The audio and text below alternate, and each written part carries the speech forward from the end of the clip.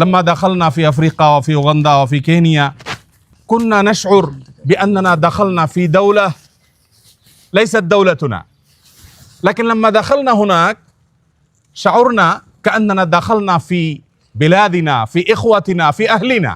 এই মাদ্রাসা প্রতিষ্ঠিত হয়েছে 2014-তে এবং 11 বছরে এই মাদ্রাসা থেকে শতাধিক হাফেজ হিফজ সম্পন্ন করেছে।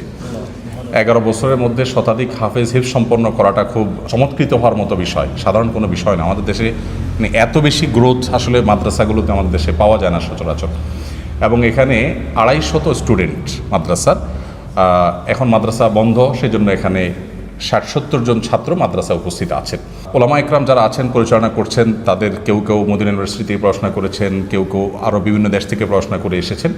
আমাদের যে ভাই আমাদের সাথে কথা বলছেন, তিনি এখানে জন্মগ্রহণ করেছেন, এটাই তার গ্রাম, এটাই তার জন্মস্থান, এখানে এই দিনী প্রতিষ্ঠান তিনি গড়ে তুলেছেন। এরকম আরও বহু দিনী প্রতিষ্ঠান এখানে আছে আলহামদুলিল্লাহ, যেটা হয়তো আমরা অনেকে জানি না। এখানে দাওয়াতি কাজের অবারিত সম্ভাবনা আছে।